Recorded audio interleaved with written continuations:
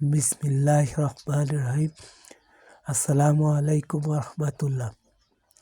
মহান আল্লাহর নামে শুরু করছি।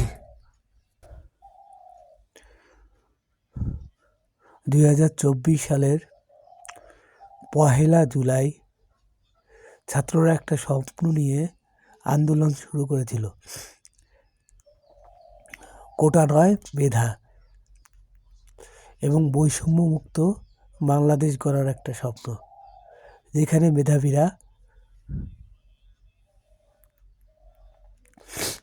মেধাবীরা তাদের মেধার স্বাক্ষর রাখতে পারবেন এবং মেধার ভিত্তিতে সরকারি চাকরির নিয়োগ হবে, কোটা ভিত্তিতে নয়। এবং দীর্ঘ সংগ্রামের পর 36 জুলাই অর্থাৎ 5ই আগস্ট তাদের স্বপ্নের প্রথম ধাপ বাস্তবায়িত হয়।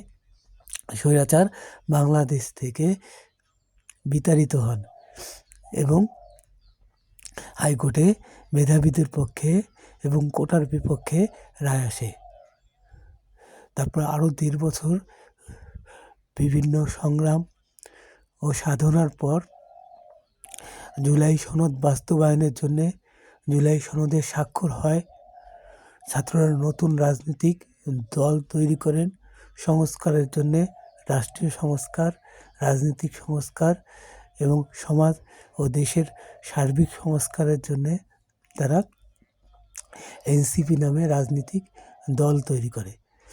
আলহামদুলিল্লাহ, তাদের স্বপ্নের পক্ষে যে এখন আরও 9টি দল যুক্ত হয়েছে এবং তারা সবাই যে জুলাই সনদের স্বপ্নের বাস্তবায়ন চায় এবং আইনি ভিত্তি প্রতিষ্ঠার জন্যে একত্রে গণভোট এবং নির্বাচনে অংশগ্রহণ করতে চায়, সেটা গতকালকেই পরিষ্কার হয়ে গেছে।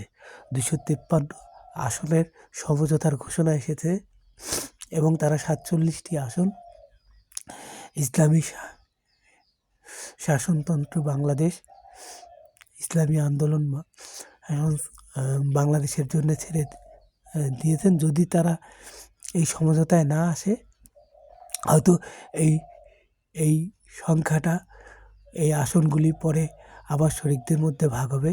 আমার দৃঢ় বিশ্বাস এনসিপি 30টি নয় 47টি আসনে নির্বাচন করবেন এবং চরমোনাই হুজুর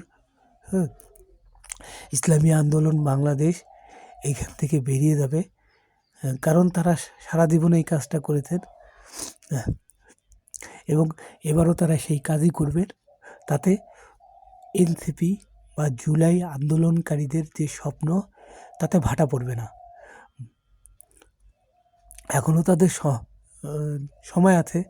তারা সংস্কার এবং বৈষম্যমুক্ত বাংলাদেশ এবং এক বাংলাদেশ গড়ার জন্যে এনসিপির সাথে যুক্ত হতে পারে, জামাতে এই জোটের সাথে যুক্ত হতে পারে। আর যদি তারা জোট থেকে বেরিয়ে যায়, তাহলে তারা কঠিন বাস্তবতার মুখোমুখি হবে ইনশাআল্লাহ। কিন্তু এটা মূল কথা না। মূল কথা হচ্ছে জুলাই সনদে এবং জুলাই আন্দোলনকারী বিপ্লবে যে 1600 শহীদ হয়েছেন এবং 21,000-এর মতো আহত হয়েছেন, তাদের রক্তে রাজপথ ভেসে গিয়েছে, তারা মারা গিয়েছেন একটা স্বপ্ন পূরণের জন্যে। কিন্তু সেই স্বপ্নটা কিন্তু মারা যায়নি। নাহিদ ইসলাম, সাজিস আহমেদ, হাসান আবদুল্লাহ এবং এনসিপির হাত ধরে সেই স্বপ্নটা আজ প্রতিষ্ঠিত সত্য এবং সেই স্বপ্ন বাস্তবায়নে বাংলাদেশ জামাত ইসলামী সহ আরও 9টি দল এবং মমিনুল হক স্যারের মতো মানুষও পক্ষে সেই জুলাই সনদ বাস্তবায়নের পক্ষে এসে দাঁড়িয়েছেন। এটাই এনসিপির জন্যে, এইটাই জুলাই আন্দোলনের বিপ্লবের ও অংশগ্রহণকারী সকলের জন্যেই মহাবিজয়। এবং এর মাধ্যমে ইনশাল্লাহ আজ হোক, এই নির্বাচনের মাধ্যমে হোক অথবা পরবর্তী নির্বাচনের মাধ্যমে যখন হোক, এই স্বপ্নটা একটা স্থায়ী ভিত্তিতে বা প্রতিষ্ঠিত হয়েছে। এবং আজ যে স্বপ্নটা 2024 সালের 1 জানুয়ারি কয়েকজন ছাত্র দেখেছিল ঢাকা বিশ্ববিদ্যালয়ে, তাদের স্বপ্নটা আজ সারা বাংলাদেশের প্রতিনিধিত্বকারী, হ্যাঁ, অধিকাংশ ও ও প্রতিনিধিত্বকারী এবং বড় দলগুলি সেই স্বপ্ন বাস্তবায়নের জন্যে এনসিপির সাথে যুক্ত হয়েছে। আলহামদুলিল্লাহ, সমস্ত আল্লাহর ইচ্ছা। এটা আজকে স্বপ্ন নিয়ে কথা হবে। বরাবরই আমি পিনাক দাদার এই ভিডিওটা নিয়ে, নতুন ভিডিও নিয়ে আপনাদের সাথে কথা বলবো। গতকালকে ভিডিওটা এসেছে কী করলো বিএনপি, না ঠিক আছে। এর মধ্যে দেখুন ভিডিওটাতে উনি কি বোঝাতে চেয়েছেন। বাংলার লুথার কিং দেশে ফিরে কইছিল, I have a plan. Luther king আমি নাম দেই নাই, আমি মনে করি আপনাকে যে প্রিয় মিডিয়া দিছে, আমারে না ওদের ধরে।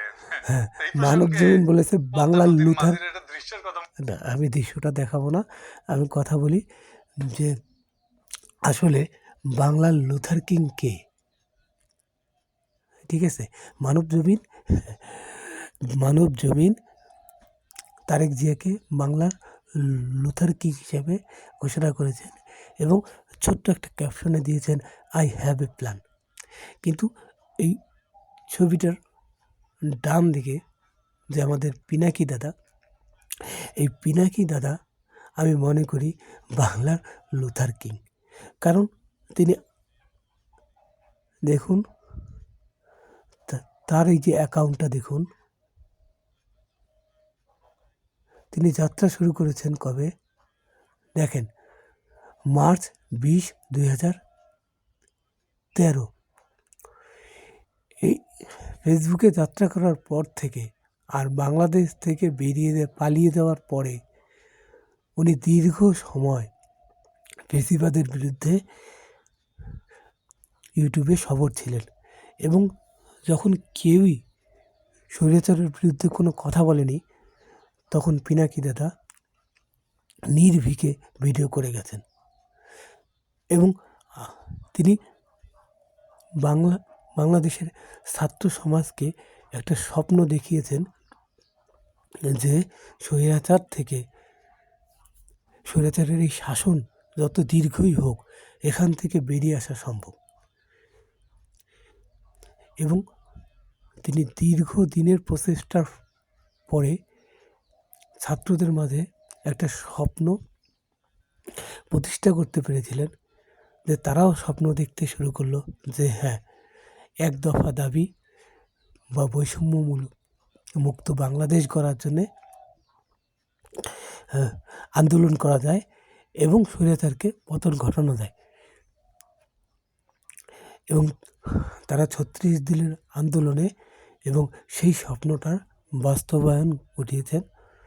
প্রায় 1600 শহীদ নিষ্পাপ ছাত্ররা জীবন দিয়েছে, 21,000-এর মতো আহত হয়েছে, কিন্তু স্বপ্ন বাস্তবায়িত হয়েছে। স্বৈরাচার বাংলাদেশ থেকে চলে গেছে। কিন্তু একটা স্বপ্ন শুধু স্বৈরাচারকে বাংলাদেশ থেকে বিতাড়িত করে না, কারণ ওই শূন্যস্থান পূরণের জন্য তো আরও স্বৈরাচার আছে, তাই না? দেখুন 17 বছর পরে নেতা দেশে আসার পরে কি বলছে যে আই হ্যাভ এ প্ল্যান। কি উনি কি 17 বছর দেখেন নাই যে বাংলাদেশের জনতা, তাদেরও একটা আশা আছে, তাদের একটা পরিকল্পনা আছে, তাদের একটা স্বপ্ন আছে। উনি এসে যদি ঘোষণা দিতেন যে আমি আপনাদের স্বপ্ন, জুলাইয়ে শহীদ হয়ে যাওয়া, জুলাইয়ের আন্দোলনরত ছাত্রদের স্বপ্ন পূরণের জন্যে কাজ করে যাব, তাহলেও বলা যেত যে তিনি স্বৈরাচারী খোলস থেকে বেরিয়ে আসতে পেরেছেন। কিন্তু এসে বলেছেন আই হ্যাভ এ প্ল্যান। যখন কেউ নিজের প্ল্যান বাস্তবায়ন করে তখন সে স্বৈরাচার। বা এই কথাটা একটু বুঝুন, মনোযোগ দিন। শেখ হাসিনাও তার প্ল্যান বাস্তবায়ন করেছেন এবং স্বৈরাচার হয়েছেন। অথচ আমরা 2009 সালে তাকে গণতন্ত্রের মানসকন্যা হিসেবে তাকে ভোট দিয়েছিলাম, নির্বাচিত করেছিলাম। আমরাই তাকে সংখ্যাগরিষ্ঠ আসনে নির্বাচিত করেছি যে তিনি গণতন্ত্রকে প্রতিষ্ঠা করবেন, কিন্তু তিনি তার পিতার বাকশালকে প্রতিষ্ঠা করেছেন। এটাই ছিল তার স্বপ্ন। কারণ তিনি জনতার স্বপ্নকে পূরণের জন্যে ক্ষমতায় বসেন নাই, তার পিতার এবং তার স্বপ্নকে বাস্তবায়নের জন্যে ক্ষমতায় বসেছিলেন। এবারও তারেক জিয়া এসে কখনো বলেননি যে যারা যে ১৬০০ নিরীহ ছাত্র, নিষ্পাপ ছাত্র স্বৈরাচারের বিরুদ্ধে আন্দোলন করে শহীদ হয়েছে, তাদের স্বপ্ন বাস্তবায়নের জন্যে আমি রাজনীতি করব। তাদের স্বপ্ন বাস্তবায়নের জন্যে, তাদের স্বপ্নের সংস্কার বাস্তবায়নের জন্যে আমি আ আ আমি ভবিষ্যৎ রাজনীতি করব। যদি তিনি এটা বলতেন তাহলে নাহিদের মতো, ওসমান হাদির মতো তিনি জনতার নেতা হতে পারতেন। ওসমান হাদি বা নাহিদ কোনো উচ্চ বংশ থেকে আসে নাই। উচ্চ রাজবংশীয় বা রাজপরিবার থেকে তারা আসে নাই। ঠিক আছে? কিন্তু তারা নেতা কেন হয়েছে? কারণ তাদের কোনো স্বপ্ন ছিল না। ওসমান হাদির ব্যক্তিগত কোনো স্বপ্ন ছিল না। নাহিদেরও কোনো স্বপ্ন ছিল না। আসিফ তারপরে সার্জিস আলমের কোনো স্বপ্ন ছিল না। যে প্রথম শহীদ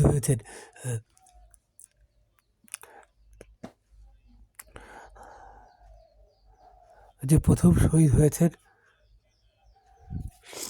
রংপুরের সে আবু সাঈদের নিজের কোনো স্বপ্ন ছিল না। তারা শুধু জনতার স্বপ্ন, জনতার মুক্তির জন্যে, আজাদির জন্যে জীবন দিয়েছেন। তাদের স্বপ্নটা বাস্তবায়নের জন্য তারা জীবন দিয়েছেন। জনতার মুক্তির জন্য তারা মুক্ত একটা সমাজ গঠনের জন্য তারা জীবন দিয়েছেন। সুতরাং যখন আপনি জনতার স্বপ্ন বাস্তবায়নের জন্যে কাজ করবেন, তখন আপনি জনতার নেতা হবেন। আর যখন আপনি নিজের স্বপ্ন বাস্তবায়নের জন্য কাজ করবেন, তখন আপনি স্বৈরাচার হবেন। এটাই বাস্তবতা। এখন থেকে কম্পিউটারে কোনো সমস্যা হলেই এত বড় বিএনপি জনগণের ভোটে নির্বাচিত হলে প্রথম ১৮০ দিনের মধ্যেই চালু করবে United national health care solution. এটি একটি এআই নির্ভর ডিজিটাল হেলথ রেকর্ড সিস্টেম যা নাগরিক স্বাস্থ্যসেবার কাঠামোকে আধুনিক করবে। সবার জন্য স্বাস্থ্য নিশ্চিত করতে নাগরিকদের জন্মকাল থেকেই চিকিৎসা ও স্বাস্থ্য তথ্য প্রযুক্তিগতভাবে সংরক্ষণ করা হবে। এতে শহরে কিংবা গ্রামে যে কোনো সময়ে হাসপাতালে গিয়ে দ্রুত চিকিৎসা পাওয়ার পথ সহজ হবে। United national health care solution হবে রোগী, পরিবার ও চিকিৎসকদের জন্য সমন্বিত প্রযুক্তিগত স্বাস্থ্য সুরক্ষার ভিত্তি। দেখেছেন, তারা কইতেছে BNP United national health care solution দিবি। ইংরেজি যেহেতু কইছে, ঠিকই কইছে, তাই না? এটা এটা এআই মানে আর্টিফিশিয়াল ইন্টেলিজেন্স, মানে কৃত্রিম বুদ্ধিমত্তা। মানে আমাদের বুদ্ধি চলে না আর কি, আর্টিফিশিয়াল লাগে আর কি। এই যে এআই নির্ভর ডিজিটাল হেলথ রেকর্ড সিস্টেম, তাদের প্রথম স্বপ্ন ফ্যামিলি হেলথ কার্ড। এটাও তো পিনাকি দাদা জয় বাংলা করে দিয়েছেন, এবং তার এই ভিডিওতে তাদের এই হাসপাতালে দ্রুত চিকিৎসা দ্বিতীয় স্বপ্নটাকেও জয় বাংলা করে দিয়েছেন। খুব বিস্তারিতভাবে বর্ণনা করেছেন। এটা একটা ফানুস, এবং এই ফানুসে তিনি আগুন ধরিয়েছেন। ১৮০ দিনে এই স্বপ্ন কখনোই বাস্তবায়ন করা সম্ভব না। এখন আসি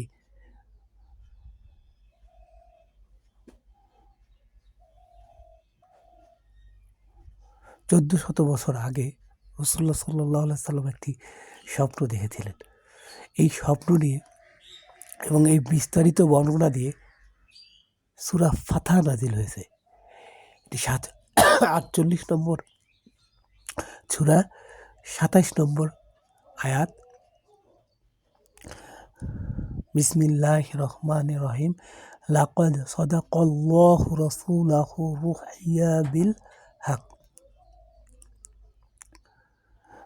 লা তাদখুলুনাল মাসজিদাল হারাম ইনশাআল্লাহ আমিনা মুহাল্লিকিনা রুউসাকুম ওয়া মুকাসসিরিনা লা তাখাফুনা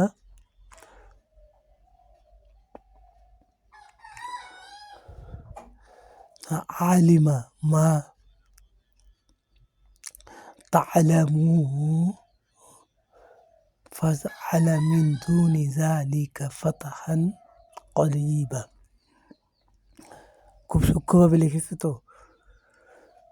বাংলা অর্থটা শোনায়। আল্লাহ তাআলা তার রসুলকে সত্যিকারের স্বপ্ন দেখিয়েছিলেন, তা তিনি পূরণ করেছেন। নিশ্চয়ই তোমরা আল্লাহর ইচ্ছায় নিরাপদে নিশ্চিন্তে মসজিদুল হারামে প্রবেশ করবে, মাথা মুন্ডন করবে, চুল কাটবে এবং কারো ভয় থাকবে না। আল্লাহ যা জানতেন তা তোমরা জানতে না। অতঃপর তিনি এর পূর্বে তোমাদের জন্য এক নিকটবর্তী বিজয় নির্ধারিত করেছেন। আসলে রাসূলুল্লাহ সাল্লাল্লাহু আলাইহি সাল্লাম মক্কা থেকে মদিনায় নির্বাসিত হওয়ার পর দীর্ঘদিন স্বপ্ন দেখেছিলেন যে দীর্ঘদিন পর সম্ভবত 6 হিজরি সালে তিনি হঠাৎ করে স্বপ্ন দেখলেন যে তিনি মক্কায় উমরা করার জন্য গিয়েছেন, মাথা মুন্ডন করেছেন এবং কোরবানি করেছেন। এবং এই এই এই স্বপ্ন বাস্তবায়নের জন্য 1400 সাহাবীদের নিয়ে তিনি মক্কার অভিমুখে যাত্রা শুরু করেন এবং হুদায়বিয়া নামক স্থানে তার যাত্রা বিরতি করতে বাধ্য হয়, কারণ কাফেররা তাকে মক্কায় প্রবেশ করতে দেয়নি। পরে হুদায়বিয়ার একটি সন্ধি চুক্তি স্বাক্ষরিত হয় এবং এর পরে পরবর্তী বছর তারা মক্কায় প্রবেশ করে উমরা পালনের জন্য 3 দিন সময় পান। আলহামদুলিল্লাহ, এই চুক্তির মাধ্যমে যে উমরা এবং হজ করার যে অনুমতিটা চালু হয় তা আজ পর্যন্ত এবং ইনশাআল্লাহ কিয়ামত পর্যন্ত মোমেন মুসলমানদের জন্য জারি থাকবে। এটা একটা ঐতিহাসিক বিজয়। আল্লাহ রসুল একটি স্বপ্ন দেখেছিলেন, আল্লাহ তাআলা সেই স্বপ্নটাকে বাস্তবায়ন করেছেন। যদিও ওই বছরই করেননি, 1 বছর পর করেছেন, কিন্তু তিনি তা করেছেন এবং এটাকে তিনি মহা বিজয় হিসাবে সূরা ফাতহা বা বিজয় হিসাবে উল্লেখ করেছেন এবং ওই সূরায় তিনি 3 বার মুসলমানদের বিজয়ের জন্য অঙ্গীকার করেছেন যে তোমাদের জন্য এক নিকটবর্তী বিজয় নির্ধারিত করেছেন। ইনশাআল্লাহ যারা 24-এর গণ-অভ্যুত্থানে অংশগ্রহণ করেছেন, জীবন দিয়েছেন, কষ্ট করেছেন, তাদের জন্যে ইনশাআল্লাহ 12ই ফেব্রুয়ারির পরে নিকটবর্তী এক বিজয় আল্লাহ তাআলা দান করবেন এবং এর মাধ্যমে তাদের স্বপ্ন প্রতিষ্ঠিত হবে।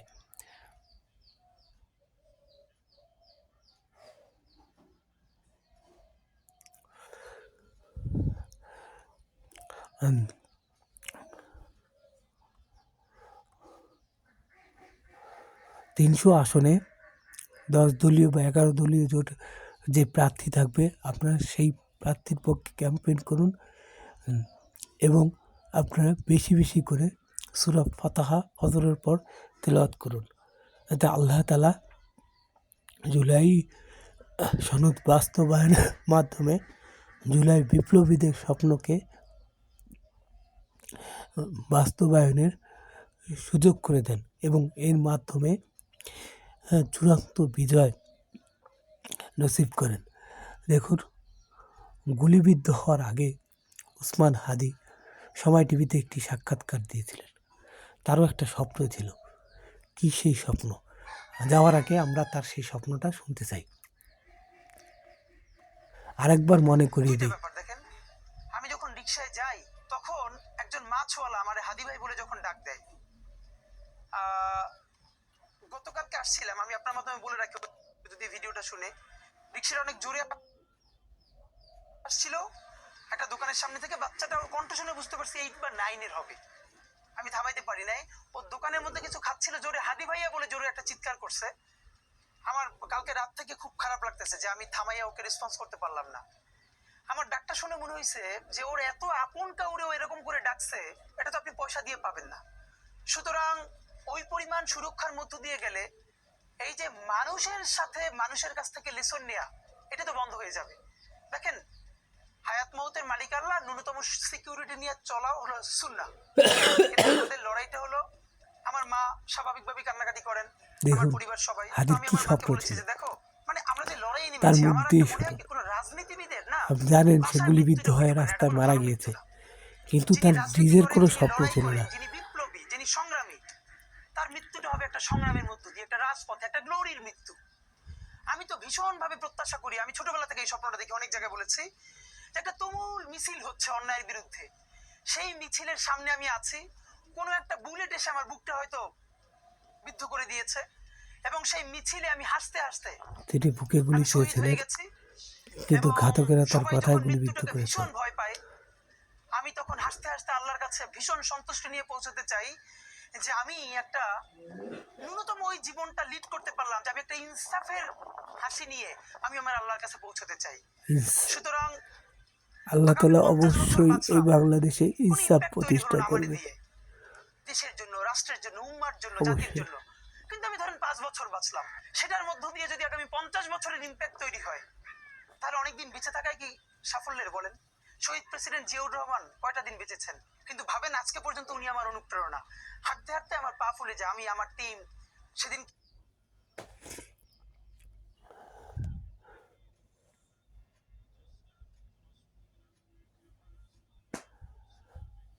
শহীদ প্রেসিডেন্ট জিয়াউর রহমান স্বৈরাচার ছিলেন না, খাম্মা নিয়ে ব্যবসাও করেননি, হাওয়া ভবনও তৈরি করেননি। তিনি মাইলের পর মাইল হেঁটেছেন বাংলাদেশের মুক্তির জন্যে। তিনি ভারতের দালালিও করেননি, ইতিহাস ঘাটুন। কিন্তু আমরা দুর্ভাগ্যের বিষয়, সেই বিএনপি ক্ষমতায় যাওয়ার জন্যে ভারতের সাথে গোপনে চুক্তি করে, তার সন্তান বাংলাদেশে ক্ষমতায় যাওয়ার জন্যে ভারতের সাথে গোপন আতত করে। সেই হাওয়া তৈরি করে দুইবার বিএনপি ক্ষমতায় এসে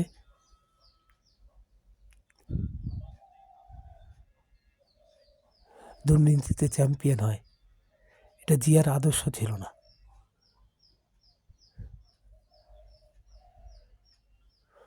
যত তাড়াতাড়ি বিএনপি জিয়ার আদর্শে অনুপ্রাণিত হয়ে সংস্কার ও মূলধারার রাজনীতিতে ফিরে আসবে,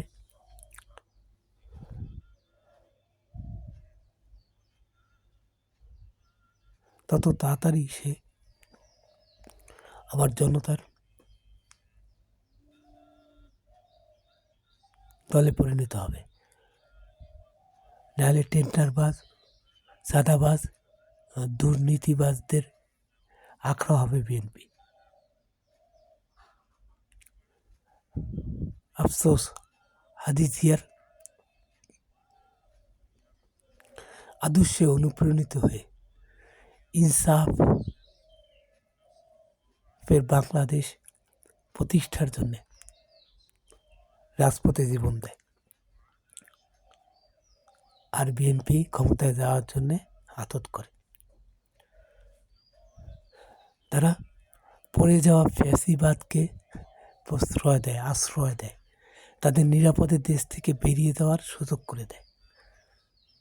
আমার এলাকা থেকে শুরু করে সবখানে আওয়ামী লীগের শেল্টার দিচ্ছে এখন বিএনপি। এ নিয়ে বিনায়ক দাদা অনেক প্রমাণ দেখিয়েছেন, অনেক ভিডিও করেছেন, আপনারাও জানেন, আপনাদের এলাকাও। কিন্তু তাদের উচিত ছিল জুলাইয়ের স্বপ্ন নিয়ে যেসব ছাত্র জনতা আন্দোলন করেছে তাদের পক্ষে এসে দাঁড়ানো। কেন এনসিপি বিএনপি জোটের সাথে যুক্ত হতে পারল না? কেন বিএনপি, এনসিপি, জামাত জোটবদ্ধ হয়ে নির্বাচন করল না? কেন তাদেরকে না ভোটের জন্যে ক্যাম্পেইন করতে হয় বিএনপিকে? ইনশাল্লাহ আল্লাহ তাআলা 12ই ফেব্রুয়ারি এর উত্তর দিয়ে দিবেন।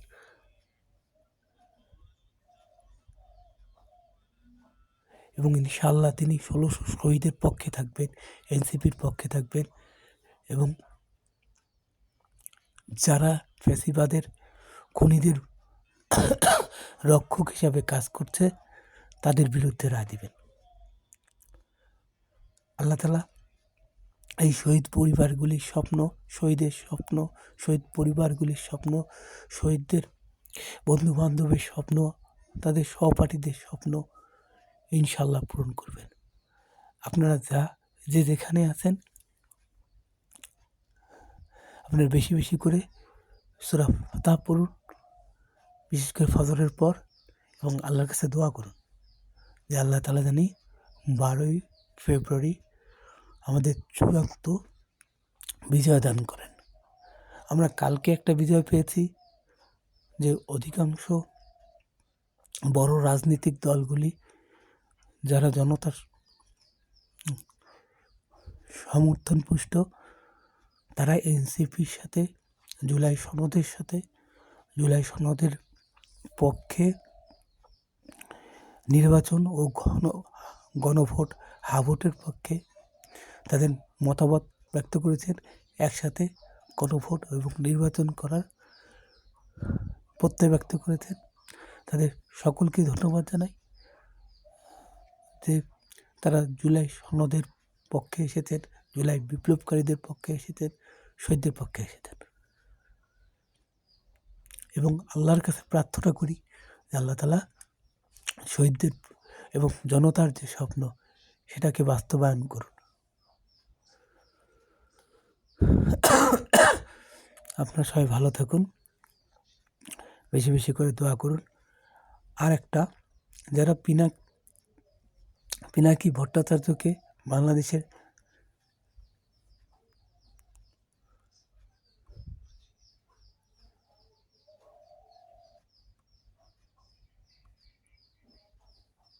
বাংলার লুথার কিং হিসাবে মনে করেন, তারা কমেন্টস করুন।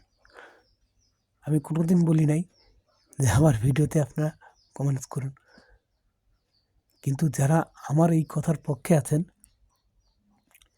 তারা এটাকে আমি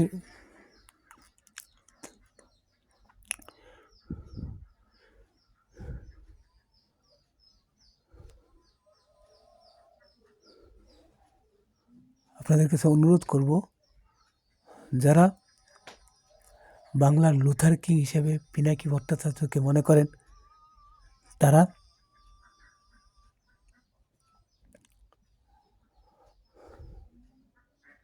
কমেন্টস করুন। আপনারা ভালো থাকবেন। আমি দেখতে চাই যে আপনারা অধিকাংশই পিনাকা দাতার পক্ষে ভোট দিয়েছেন, থাম্বা রাজার পক্ষে নয়। আজ এই পর্যন্ত। আসসালামু আলাইকুম রহমতুল্লাহ।